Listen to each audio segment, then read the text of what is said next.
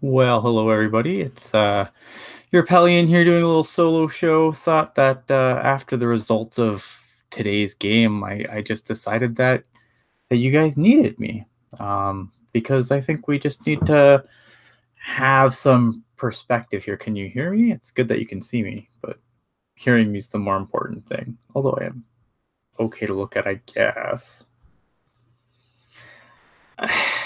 You know, yeah, I didn't like the way the game ended. Like, I didn't like the fact that the Sharks let the lead slip away, and um, it sucked. Like, I'm not gonna lie. I mean, after the way the game started, the Sharks were up 4-2. To watch them kind of pissing away the lead, it did suck. But at the end of the day, it's preseason, and I think that there's some real positive stuff you can take out of it.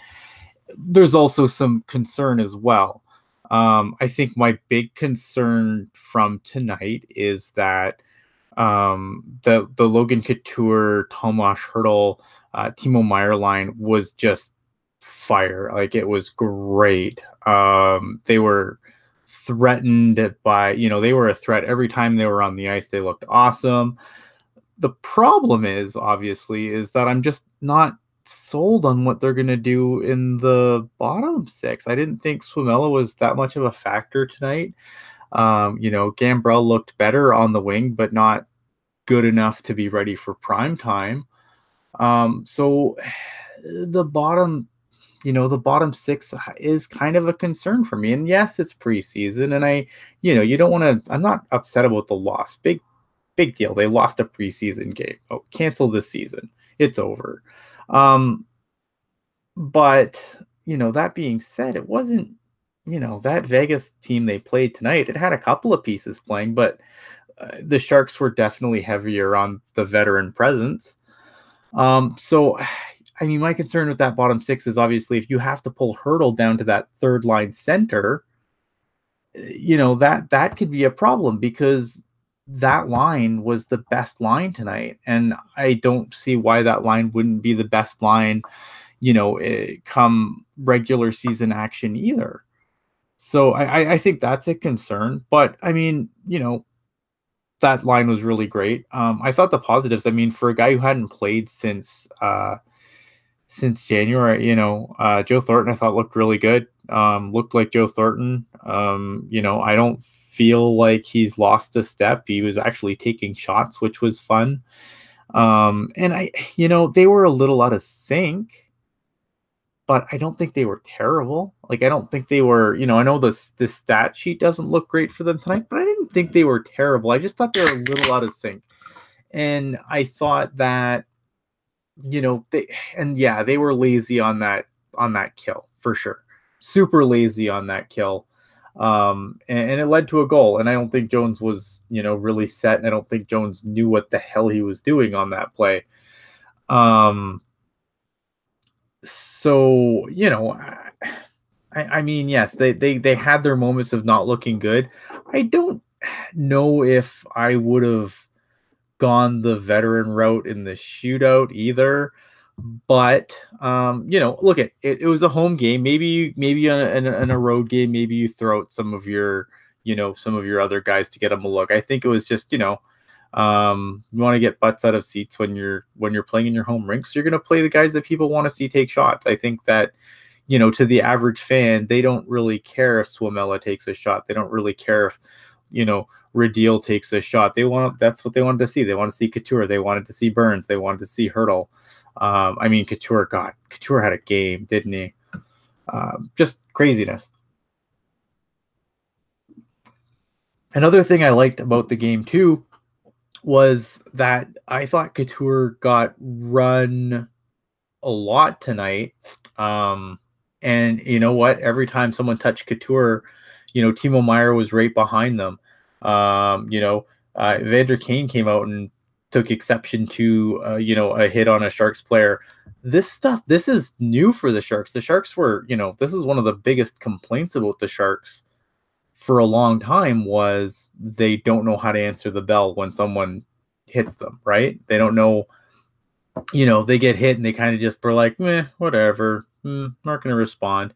And look, I'm not saying you have to go be a maniac and take someone's head off by two-handing them over the head or something to, make sure that they never touch your guy again. I'm not talking about goonery. I mean, Timo Meier was very measured in his, clean hits, clean response hits.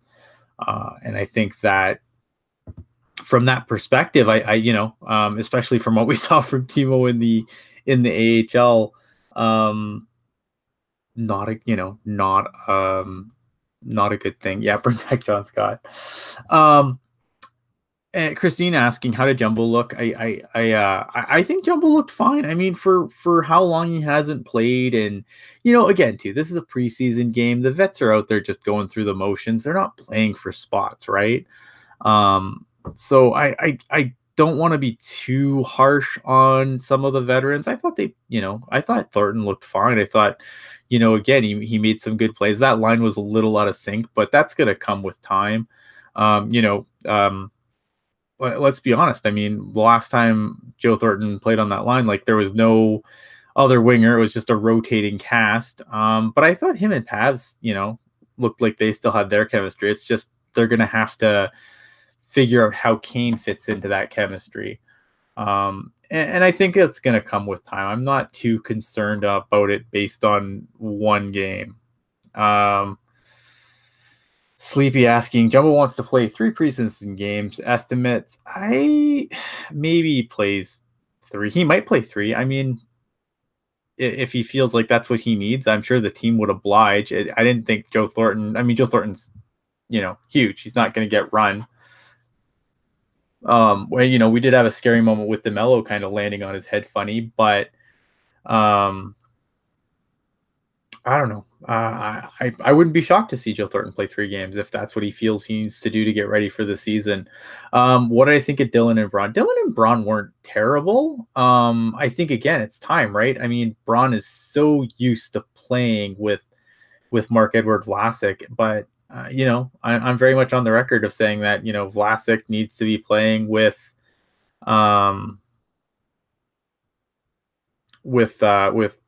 Carlson. I think that when you have a combination to put that together, then I think it's, I'm curious to see how this Dylan Braun thing goes. I don't think, there's going to be an adjustment period, I think, but I didn't think they looked terrible tonight. I was way less enthused by the bottom pairing of Heed and Shimmick. I think I tweeted out like some thoughts of the game, and one of them was, apparently the 7th D spot is going to come to who sucks the least. I think Shimmick's okay. I just don't think he's NHL okay. I don't like, I don't want to say I don't like Tim Heed. I like Tim Heed, but he hasn't really wowed me all that much. Other than that second power play unit that he was on, I thought that was good, but I haven't been super impressed by him in the preseason so far, which pains me because I do like Tim Heed. But obviously with the, with Erik Karlsson coming over, I almost called him Melker again. God darn it. With Erik Karlsson coming over, you can't, he can't play. There's no spot for him. He's not unseating Dylan. He's not unseating Braun. He's got no chance. Like whoever sits in that 7th spot, unless someone gets hurt, heaven forbid, knock on wood, they don't have it. There's no spot for anyone to move in on that D line. All the information is going to be on that bottom 6 is where the spots are. And even there, it wasn't, it's not like there's a ton of leeway there either. I think you're going to have, you're going to have to figure out who your 3rd and 4th line center is, and then you might have room to fit another wing in. But, Barclay Goodrow's looked good too. As much as I think Barclay Goodrow is a guy. Sleepy asking if has Waugh played any games. I don't know. I don't believe so. Nothing I've seen. Granted, I think this is the 3rd preseason game, and I feel like, is this the 3rd game? I don't know. I've watched 2. I watched the last one on replay because it was on NHL TV, and then And then I obviously watched this game using the VPN. I don't know if there was another game. I don't remember. I didn't watch it. Or if I did, I don't remember.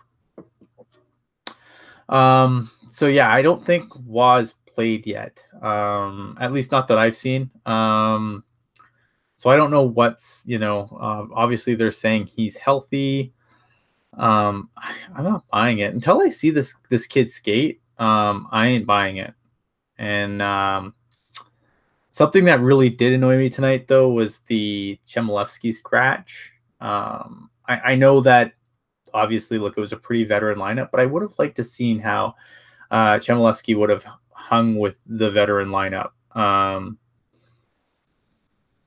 So I would have really liked to have seen how he hangs, because I'm really, really high on him so far.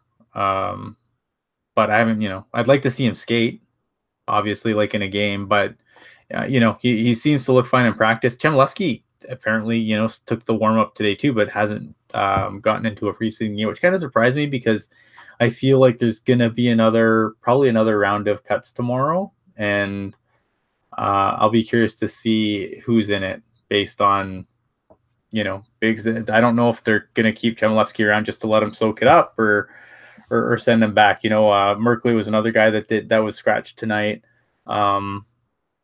That didn't surprise me as much, but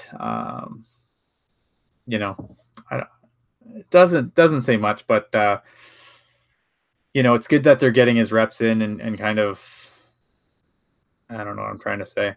They're trying to keep him. They're trying to keep him in there and trying to keep him in the rotation, and and I think making him just work for it, right? And I think that's a positive sign that yeah, he was the healthy scratch for the game, but he was scratched, and same with Chmelevski, I guess, for the same thing. It shows that they're keeping in the rotation. Vince, says the fact that he's still in camp and skating Group A tells me they're high on him too. Yeah, I mean, look at training camp's not only about games; it's also about getting your reps in, getting good habits. I think if there's things that they want to show you to work on when you go back to junior, obviously, you want to keep them in camp as long as you can. Yeah, and Sleepy asking, how does that work? If Chmelevski is going to be sent to juniors anyway, why is he still in camp? Yeah, junior started today. Junior started this weekend, so I mean, he would go right back and play games. But sometimes when you have a prospect, a higher tier prospect, then I think Chmelevski's, like, in my opinion, I had my pyramid.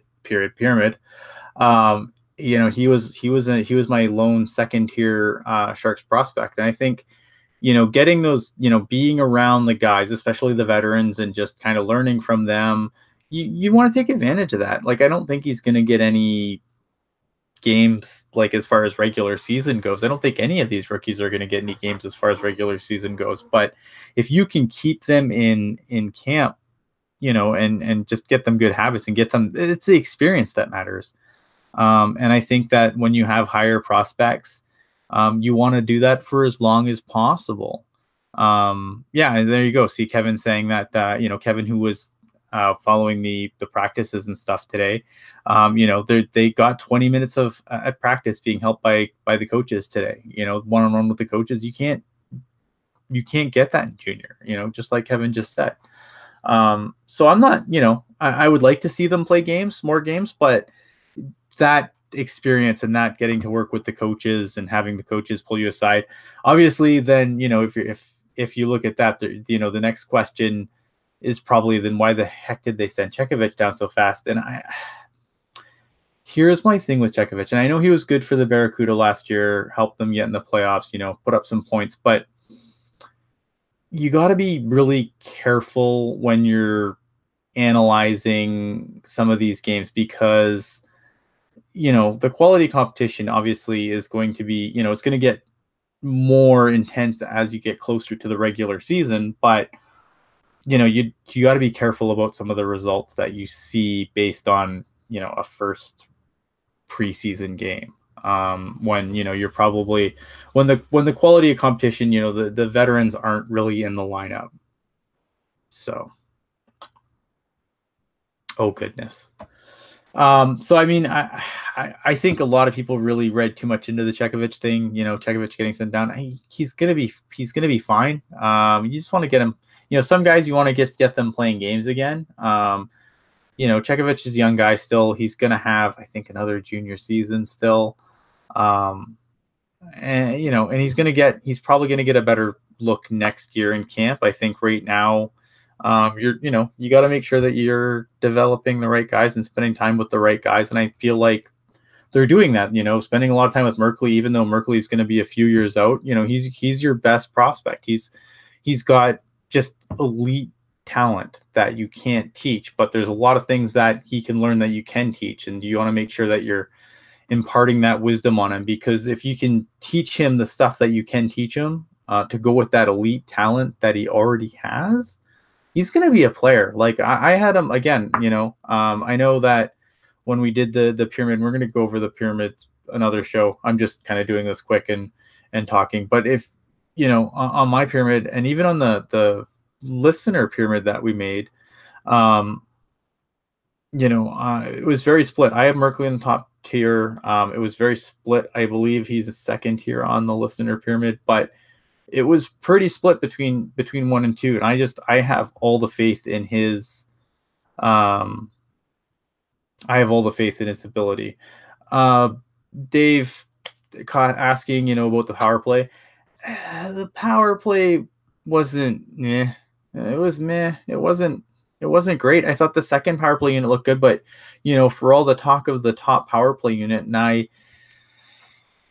I think, again, it goes back to what I said about the first line. There's some things there that need to be worked out as far as it's just as far as building chemistry, right? You don't want to Merkley's young. He just turned 18. I'm not. I know that the default scenario is to just kind of blame Spot. I want to see some regular season before I jump on this. I feel like, I think Erik Karlsson's going to help because it's going to give them some fresh tools, but it's also going to take some time for these guys to come together. Again, you got Jumbo out there. Pavelski's got some chemistry with Kane. Pavelski's got some chemistry with Jumbo, but Jumbo doesn't really have chemistry with everyone else right now. It's going to take some time it's going to take some games for Jumbo to get his timing back. I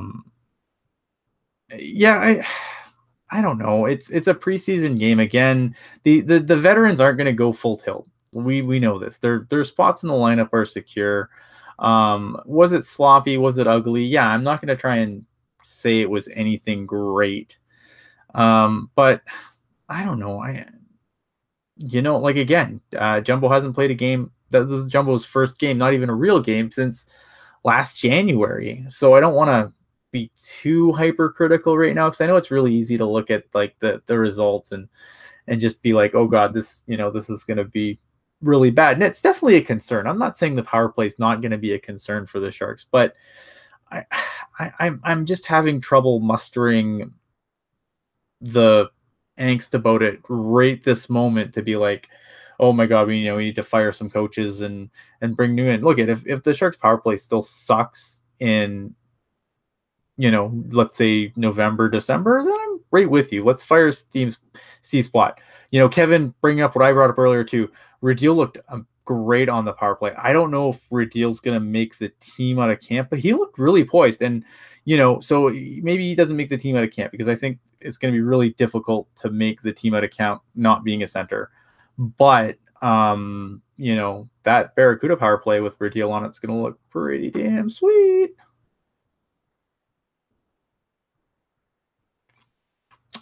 Yeah, Dave, I'm not arguing. It didn't look good. And yeah, there's some definite systematic issues on the power play, right? Like I'm not gonna lie. There's some systematic issues there, but I think there's a lot of rust.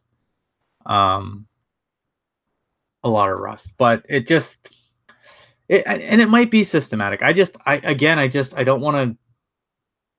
I just have a hard time throwing down over over a preseason game, man. Like I just you know yeah, I look at Dave, I'm with you. Like I wasn't impressed by it. It certainly isn't something that thrilled me. I just don't want to get too bent out of shape about it so early in the preseason. I think that again, if if this thing sucks come December, I'm going to be all over this crap. And Sleepy Mofo bring up a good point. The Sharks don't have Erik Karlsson in the lineup yet. Jumbo just returned. I think that, if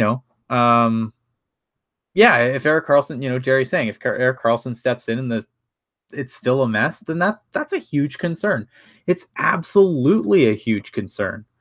Who comes out when Erik Karlsson comes in? Oh man, that's a fantastic question, because I don't know. I mean, what do you have? You had Kane, Couture, Burns, Jumbo, and Pavelski. Man, I don't know who comes out. Maybe Couture goes to the second. Maybe you send Burns to the second PP. Maybe you send Couture. Maybe Evander Kane gets kicked off that line if he can't gel with Thornton. I don't know. It's definitely something that's going to be interesting to see when the lineup is more firm coming out of camp, to see what they say. Yeah, you know what, Kane or Burns? I'm really an advocate of separating Burns and Karlsson on the power play. I feel like you can go all top heavy like that, but I just really feel like, why wouldn't you not spread that out? Kevin's saying, Kane has never really been a power play guy. I have to agree. You can't put Erik Karlsson on the second power play unit, though. I don't know. My vote would be Kane in my opinion. Although I also like the idea of having Burns on the second unit, because I think it's just brutal. Like, you put Burns on the second unit, with like, I don't know, let's say Kevin Labanc, Tomas Hertl,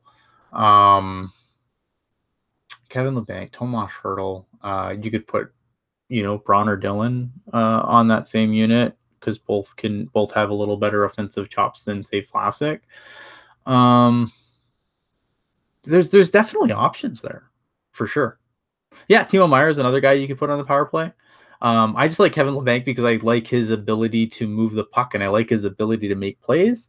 Timo Meier and with Thomas Hertl, like, I like that line as the second line. I don't know about the power play. It's like they're just two guys that really hound for the puck, and I don't know if you need that on the power play so much. You kind of want to get your formation going. Ryan could be another guy you could throw on the point there too. I think Ryan's actually incredibly underrated when it comes to his ability to work on the power play, to be completely honest. And I think if you want to get Joakim Ryan some more minutes, that's a good place to do it.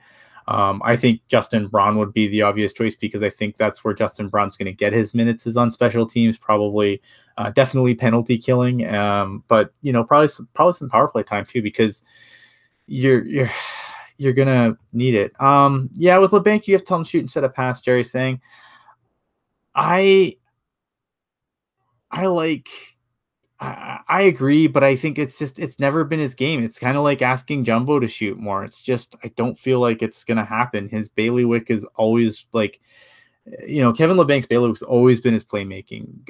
Even in junior, he was he had far more assists than goals. Oh wow. I don't know. I like Kevin Labanc because I think he's an underrated playmaker, and I think you still need someone to distribute that puck on that second unit. And I feel like, I feel like Kevin Labanc's that guy.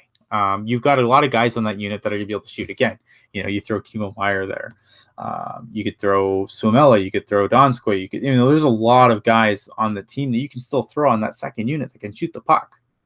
Yeah, he did shoot a little bit more, but he's still Joe Thornton. I mean, he's Mr. Assist to me. I mean, if you look at, has there been a better playmaker during the time he's played? I don't think so.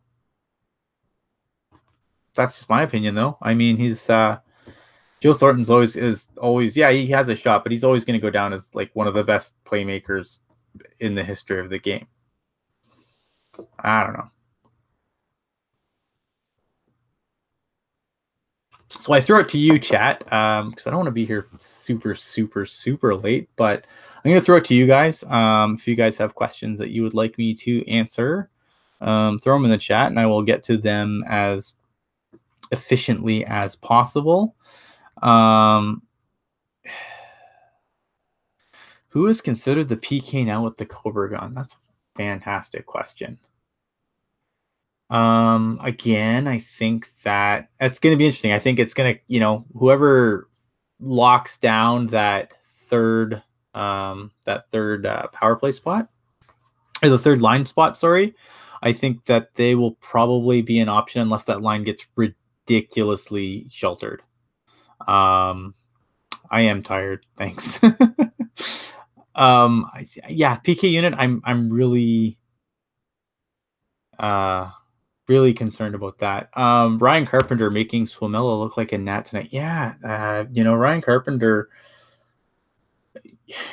he never got that on. And I'm over Ryan Carpenter. I mean, it's done, it's over with, he's gone. But Ryan Carpenter never got that look on the wing that he got in Vegas. And, and he's really, really excelled there.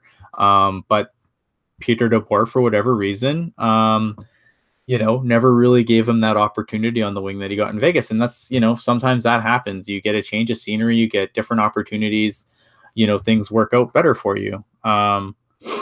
Or maybe you get, pushed in situations over your head. Sorry, Cobra. So, I don't know. But who's that PK unit, man? That's a good question. And you know what? I'm too tired to come up with a good response to that off the top of my head.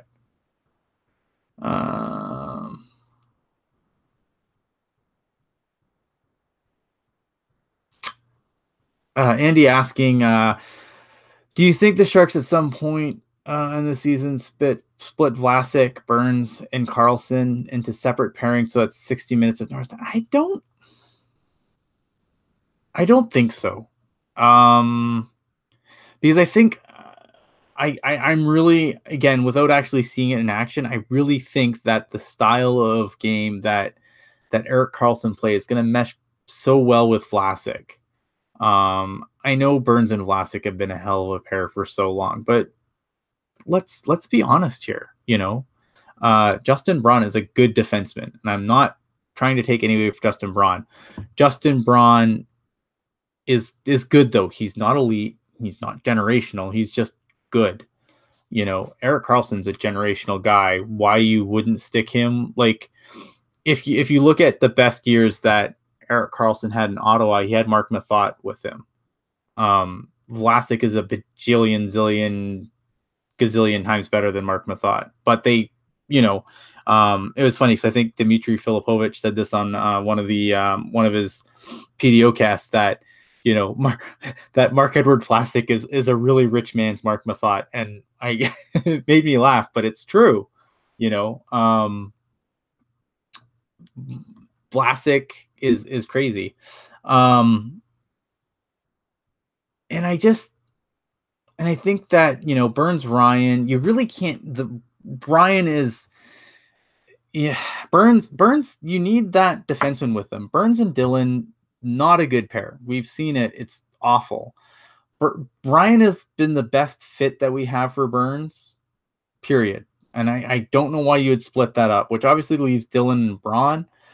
It's a good problem to have, I guess. But I still think Dylan Braun, I mean, that's, if you look at other third pairs in the league, Dylan Braun's pretty damn good when you consider what's going on in the league, who other teams are going to have on their third pair. Yeah, so Sleepy asking, who do I project to be sitting in the press box with Heed? Oh, that is a fantastic question. Whew, man, I don't know. I'm not sold that Barclay Goodrow is going to be an opening night guy. Barclay Goodrow could easily be that guy. If Marcus Sorensen doesn't come out of the gate hard and just shows that he only wants to show up in the playoffs, Marcus Sorensen could be in there. I think of guys that would be, you wouldn't want to just like sit in, it's not going to be Gambrell. Gambrell needs time. He needs to play. Putting in the press box would be the worst thing you could do to him. I think he's going to get that opportunity with the Barracuda. As much as I was high on Gambrell this summer in the games that I've seen, I thought he looked better on the wing today, but not NHL good on the wing. So I feel like, yeah, he's going to probably, Gambrell's going to definitely go to the AHL. He's not going to be, he's not going to be in the NHL. He's not going to be sitting in the press box. He's going to be playing on the Barracuda. I would look to maybe some of the older faces to see, like, maybe some of the older guys that might look, that you might look at. And I can't really think of anyone off the top of my head right now that could sit in the, press box that might not be on the Barracuda. Barracuda are going to have a lot of faces though. So there's going to be, fights for jobs down there too. Jerry asking, any revised opinions on the third jersey? I don't like it. I feel like it's very plain. I don't know. Yeah. So Chartier, I don't know if Chartier has locked down that fourth spot yet. I know some people are really high on that. I thought he was a little bit tentative tonight. Off topic. Okay, so what happened in Hamilton? So apparently their head coach, they think it was a seizure. I don't know. But obviously a scary situation for them. New head coach behind the bench in Hamilton, as their coach from last year is going to, he went to the Islanders. He's an assistant coach on the Islanders now. John Gruden, his name, not the football coach. So he's on the Islanders. So the Hamilton Bulldogs have a new coach this year. It was like 20 seconds left in the game. But from my reading on Twitter, once I finally got the full scoop, I mean, players looked terrified. So obviously calling the game at that point was the right thing to do. But yeah, super, super scary. As far as the third sweater goes, back to that, I don't love it. I don't know if I completely hate it. I just think you look at all these other teams in the NHL right now, right? And you look at all these cool retro throwback sweaters that they got. The Coyotes have their Kachina, the Devils have their cool Christmas sweaters, and I just think that the Sharks had an opportunity to just boot this out of the park. And I just think it's lazy and uninventive and kind of lame. No, John Gruden did not have a seizure. It's the new head coach. I can't remember his name off the top of my head right now, but John Gruden is in New York now with the Islanders. Here's the thing I hate about it. This is a team, this is supposed to be Team Teal. And I just hate it because, we went through that stretch where all they wore was black in the playoffs. And that really bothers me because this is a team, what's our podcast? Teal Tinted Glasses, Teal Town USA. This is Team Teal. And I hate it that they're just so opposed to their own identity in the fact, that they wear these black sweaters. If they wear these black sweaters in the playoffs, I'm going to be livid. Because I just hate that they just, I don't know why they're so afraid to embrace their identity. It's like, let the Kings have black. We have teal. Teal's awesome. Look, teal, amazing. Why would you screw with that? And I think that's the problem. That's the biggest apprehension for me with the black sweaters. Yeah, and stealth. Yeah, stealth jersey. I saw Eric Carlson plain as day, people. I'm sure you all did too. So I don't know what stealth technology they're using on the sweaters here because it's BS.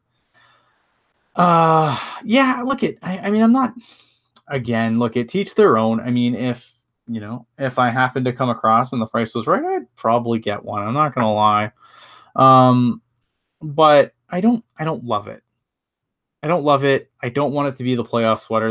I think that's the big thing for me is I get my backup because I'm terrified of it being, what they wear in the playoffs. I just no, team teal, damn it.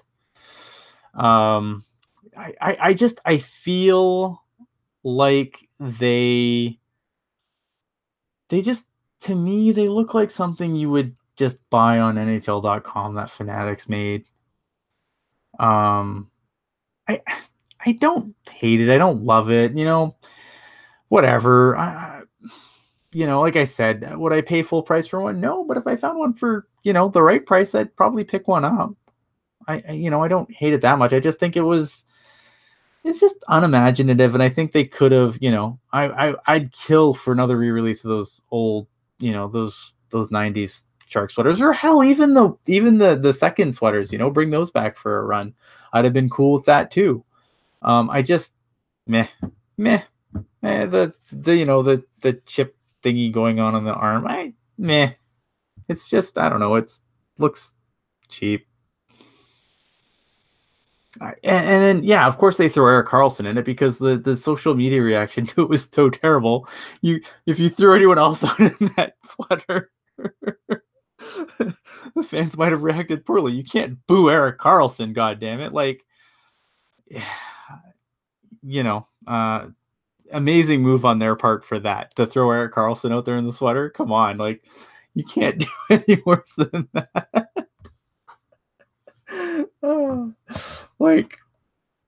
I don't know. I think it was ingenious on their part because I'm not saying that I'm not saying that people would boot, but I'm not saying people would boo. But obviously the reaction was going to look a lot better because Eric Carlson was in it, and Eric Carlson obviously getting interviewed.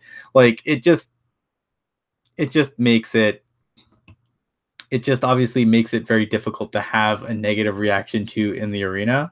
I'm sure some people grab their phones immediately like, this is garbage. But you can't have a negative reaction in your arena when you unveil it. So I feel like, in that respect, they did the right thing. I don't know. I mean, it's not terrible. And I don't begrudge anyone who likes it. That's fine. It was just disappointing, after, AJ did the interview with John Tortora, and Tortora was like, I think black has run its course. And then to kind of circle back and go black, it was disappointing. I had hopes for more based on some of the other sweaters that were being released in other cities. Man, I love those Coyotes Kachina sweaters. I don't know why, I just do. Damn it. And then the Ducks made a better Sharks jersey than the Sharks did. What the hell's up with that? But at the end of the day, it's a sweater. They're going to wear it on the ice. Doesn't really affect me. If they lose in them all the time, we can begrudge that and kind of, do like we did with the Stadium Series jerseys and be all stupid about it. I don't know. Okay, so good. Another question. That's awesome. And then Sleepy had a good point too, and I'm going to get to that. So question, if Jones struggles this year like he did at times last year, does PDB keep with Jones to play through it, or does he lean on Dell more? I think he's going to force Jones to get through it. Look at Jones is an average. Steve, jerseys make people lose. Jones, I've always been of the opinion that Martin Jones is an average goalie, and average goalies have peaks and valleys. And then there's playoff Martin Jones, which is a freak of nature. But I think you just ride Jones through it. You have to kind of go with them rain or shine. I don't think that the Sharks. I really feel really strong about how the Sharks are going to run away with the Pacific this year. I don't know if yeah, you don't want to get Jones some rest, but I don't think you immediately just throw Dell in and make this goaltending controversy. I really don't believe there's going to be ever a goaltending controversy as long as Jones has the net. So yeah, I guess that would be my answer for that. Sleepy said, he agreed with AJ where it'd be great to see everyone in the tank wore teal. Yeah, man, have a teal out. Some teams have a white out. I think Nashville has like a mustard out. I do. I mean, I agree, man. I would love to see SAP with just nothing but teal in it. And then the Sharks wearing teal on the ice, man. Like, come on. How could you go wrong with that?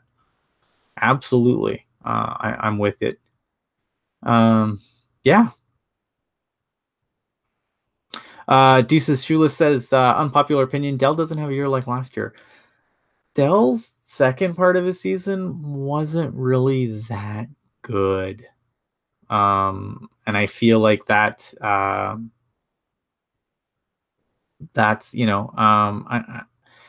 think Dell's numbers at the beginning of the season were a little skewed, and it seemed like when he was asked to play tougher opponents, and again, I'm not trying to crap on Aaron Dell. Aaron Dell's a great backup goalie. And I feel like, comfortable that they can throw him in and he can win the Sharks a game. But I don't put him in the same category as some of these other backups that could run off and be starters. I just don't see Aaron Dell the starter. Period. I don't see it. And that's not a shot at Aaron Dell. I love Aaron Dell. I think Aaron Dell is a great backup goalie. Some guys are just backup goalies. Aaron Dell is one of those guys. Again, not a knock. But Vince G says, I probably missed something in the chat here. So I guess season ticket holders voted on what they wanted. And look, at the end of the day, man, keep your season ticket holders happy. If the season ticket holders want black jerseys with neon lights on the back and lightning bolts, then you give them black jerseys with neon lights and lightning bolts. They're the ones that they're the ones that keep your franchise afloat. So you can always complain. I complain all the time. Yeah, the white lettering and numbers look out of place. I agree. Should have been teal. If you're gonna go all teal, you're gonna teal out the logo for whatever reason. Yeah, absolutely. I agree that the white's a little bit funny looking. I'm not gonna lie. Uh-oh, I turned off my chat.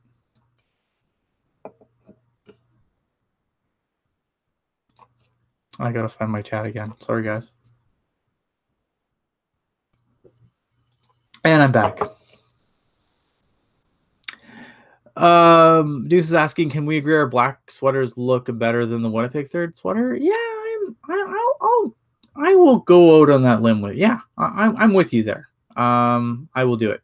I'm with you. Yes, I like them better than the Jets, powder blue, whatever the hell they are. I will give you that. This is a cherry diet Pepsi, wild cherry diet Pepsi. I can't drink regular Pepsi. I am diabetic.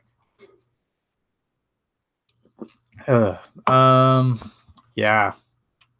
Front runner for third line center, asks Todd Gack. I think Swimel is probably in the lead there still. I just, again, you don't want to read too much into one game. I just wasn't too impressed.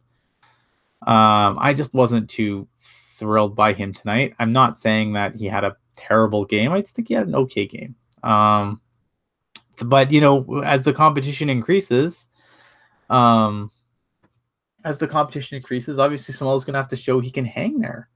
And if he can't hang there, you're in trouble. Like, if you can't hang there, you're going to be in trouble. And yeah, he has really good chemistry with Donskoy, and Donskoy wasn't playing tonight. That's definitely something to point out. I really didn't care for the bottom six that the Sharks put out there tonight. It was kind of meh. Weird combinations, but that's what you get in preseason. Can I project what the CUDA blue line will look like come the regular season, and who are the top six? I think your CUDA blue line is going to look really similar to last year. I think, you're going to have, I don't know in what order. But I'm just going to throw out some names, and I'm not going to try and figure out pairs or anything. But you're looking Shemek, you're looking DeSimone, Middleton, Middleton's maybe. Jeremy Y is going to be in that mix, obviously. Fitzgerald's probably going to be in there. I think it's going to be a pretty regular thing, like pretty regular blue line for them. Your top 6 is going to be definitely interesting because based on who gets up and who stays down, obviously a lot depends on who's going to be that fourth line center. I think that Kevin just put some numbers in the chat, and I listen to Kevin. Kevin's much smarter than I am. I need to get caught up on my Barracuda once they start playing again. I get reacquainted with the Barracuda. Man, Broadsy's terrible. I'd launch Broadsea into the sun, but that's me. Top 6 though. I don't know. Fleece hat-trick, get Duchesne. Top 6 for the Barracuda, again, depends on who stays up. I mean, I think Latunov is a guy who might be a dark horse in that 4C race, with Gambrell kind of taking himself out of it. So you're probably looking at, either one of or both of, Chartier, Latunov, or Gambrell down the middle. I think you're going to see, on the wings, man, Radiel's probably going to be one of your wings. On the other side, man, I don't have everything in front of me right now, so I'm just kind of trying to spit this out at 2 a.m. Is Wah a failed project? No, I think it's too early to give up on him. Look, if he can't stay healthy another season, very, very, very problematic. And that's the same for Chartier too. I think, you can only be, as a player this young that hasn't really established themselves, I'd be very, very surprised if either of these players can really sustain their position in the depth chart with another serious injury, and that goes for both of them, really, unfortunately. But you know what, Jeremy Waugh has a ton of talent. And I don't know what the future holds for him, because we got to see him in game action. We got to see him actually stand up, and we got to see him not put himself in really bad positions to get hurt. And Chartier, I love Chartier, but he's not the biggest guy, and I do get concerned about him just getting mowed down by guys in the NHL and just not getting up. But I wouldn't call either failed prospects, but I would say that they're both kind of on their last legs, as far as, of what they might become to. And I feel like, with another injury, they're just going to get passed on the depth chart. I think Chartier can be a bottom 6 guy. I don't see top 6. And if he gets another injury, man, he might just be a journeyman AHLer to a guy who retires and does something else. And I hate to say that because I'm a huge Rourke Chartier mark, but it is what it is. And Jeremy Waugh, same thing.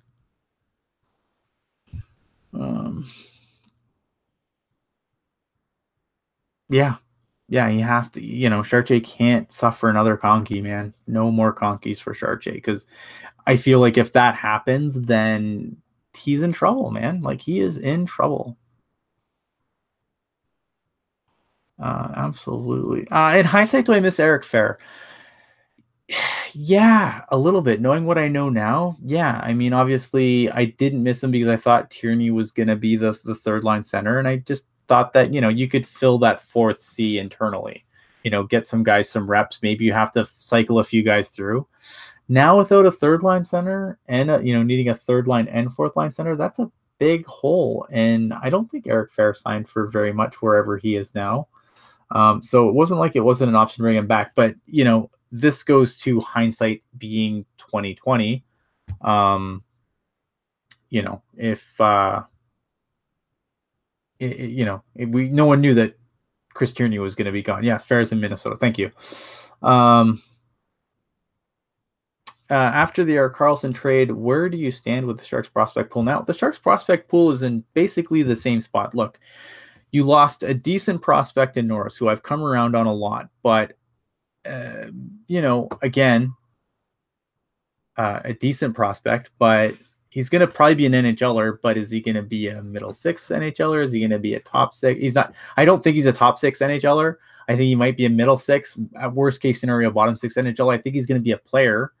Rudolph Balcers I like, but again, a lot of offensive tools.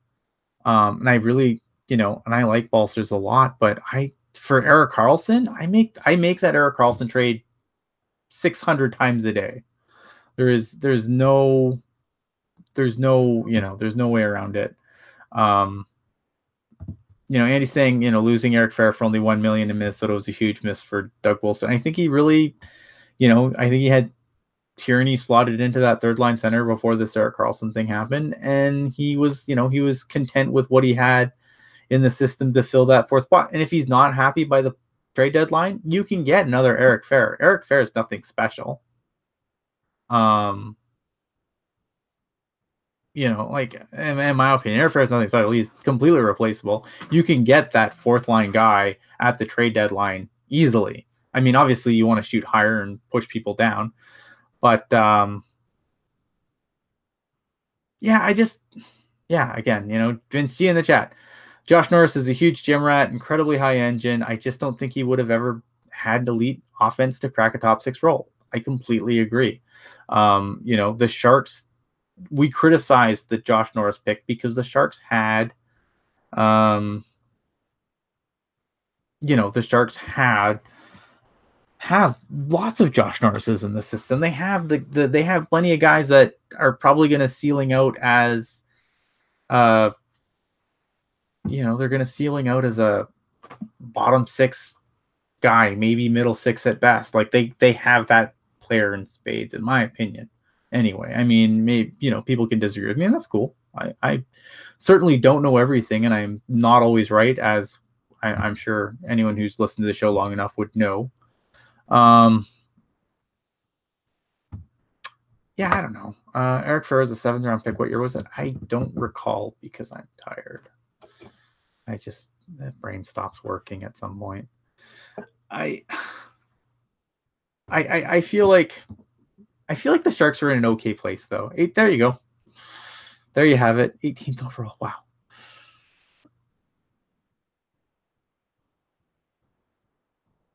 Yeah. Kevin in the chat. To paraphrase Dr. Strange regarding whether you trade Rudolph Balcers for Erik Karlsson out of $14 million and 5 outcomes, only one of them is, where you keep Balcers. And I agree. 100%. There you go. So I don't know. I mean, Eric Fehr, in hindsight, maybe it looks bad, but I feel like in the moment, it's fine. It's fine. You can get another Eric Fehr, like I said. I'm not going to lose sleep over Eric Fehr signing for $1 million in Minnesota. You can get another one. You can get 3 of them. So I'm going to probably wrap this up, though, because I've almost gone an hour. My throat's dry. I'm tired. It's past 2 in the morning. I can't believe we actually went an hour. This has been pretty awesome. Crap into a game. Vegas fans were happy. We weren't happy. You know what? It's won the regular season. That's when things matter. And if they whoop us in the regular season, then, with the full lineup, then we can be upset. Because I think we're better. We're better. I think the Sharks are the Sharks are the team to beat in the Pacific, in my opinion. I'm not sold on this Calgary suddenly amazing thing. I don't see it. I need to see it, really, when it comes to Calgary. I need to see that Calgary can actually do something, because I feel like we've been saying for, kind of like with the Coyotes, we've been saying for years and years and years, oh man, this is the year things are going to finally turn around in Arizona. This is the year things are going to turn on Calgary. Is it? Again, they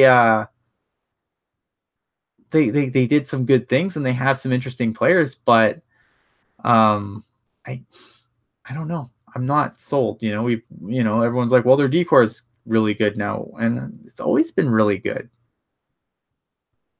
You know, I don't know. I think the Oats have potential. I want to see it. I'm not sold that Calgary's this going to be this juggernaut team though that's going to threaten the Sharks. I think Vegas is still good. I think look at these games going in the regular season.